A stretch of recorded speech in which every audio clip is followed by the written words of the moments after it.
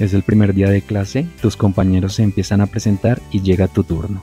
Quieres expresar muchas cosas y dentro de tus ideas dices algo así como I have 20 years. Sí, estás diciendo yo tengo 20 años, tiene mucho sentido en español. Todas las personas que te estén escuchando, si hablan español como lengua materna, van a entenderte, no hay problema. Sin embargo, todos van a reconocer que cometiste un error. De hecho, no es un error, fueron dos errores en el mismo ejemplo. Veamos de qué se trata. El primer error consiste en que en inglés la edad no se expresa con el verbo have, que es tener.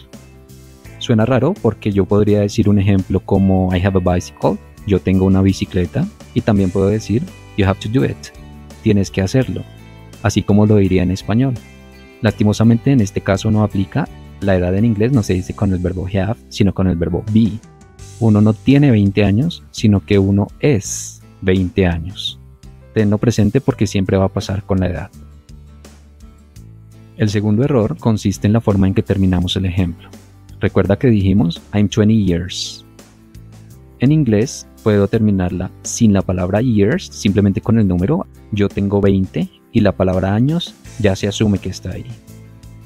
Pero también existe la posibilidad de utilizar la palabra years, solamente que no va sola. Necesitamos agregar old. En este caso old no se refiere a viejo, sino que hace más referencia al concepto de edad de manera abstracta. No tiene nada que ver con que uno sea joven o mayor. Nuestro ejemplo, ya de una manera corregida, sería I'm 20 years old. Yo tengo 20 años. O más literal, yo tengo 20 años de edad. En resumen, lo que acabamos de hacer es cambiar el verbo have por el verbo be y la palabra years la quitamos o le agregamos old, pero no hay ningún punto intermedio. Pero, ¿por qué sucede esto? ¿Por qué es tan raro? La respuesta es sencilla. Cada idioma maneja su propia lógica.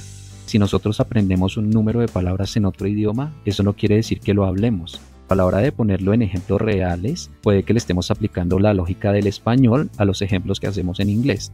Ahí es cuando nos encontramos con este tipo de situaciones. La recomendación es que tengas mucho cuidado a la hora de traducir palabra por palabra, aunque obviamente es digno de reconocer que una persona esté intentando crear sus propios ejemplos con el poco vocabulario que ha aprendido hasta el momento.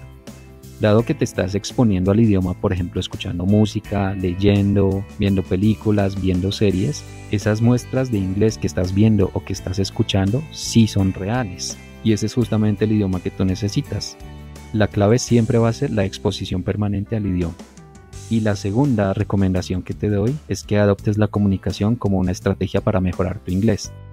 Si ya has encontrado muestras reales del idioma y logras identificar los patrones, las reglas y las excepciones, vas por buen camino. Ahora lo que necesitas es intentar incorporarlos en tus conversaciones cotidianas. Al principio será un proceso consciente y seguramente va a ser difícil, pero llegará el día en que lo logres hacer de manera inconsciente y sin esfuerzo alguno. Para consolidar lo aprendido hoy, hagamos un par de ejercicios. ¿Cuál de estas dos opciones es la correcta? How old is your sister? How many years does your sister have? Aunque la segunda opción suene tentadora porque dice ¿cuántos años tiene tu hermana?, solamente tiene sentido en español. La correcta es la primera. Recordemos que se utilizó el verbo be, en este caso es, porque hablamos de she, y siempre que vayamos a preguntar la edad necesitamos decir how old, independientemente de lo que signifiquen las dos palabras por separado. ¿Cuál de las dos opciones es la correcta? I met Jenny when she's 7. I met Jenny when she was 7. En este caso la clave está en el verbo met. Si ya estás familiarizado con los verbos en pasado, sabes que met es el pasado de meet. Lo que queremos decir es, conocí a Jenny cuando ella tenía 7 años. Así que el verbo tiene que estar en pasado, tanto el met como el verbo be en la edad.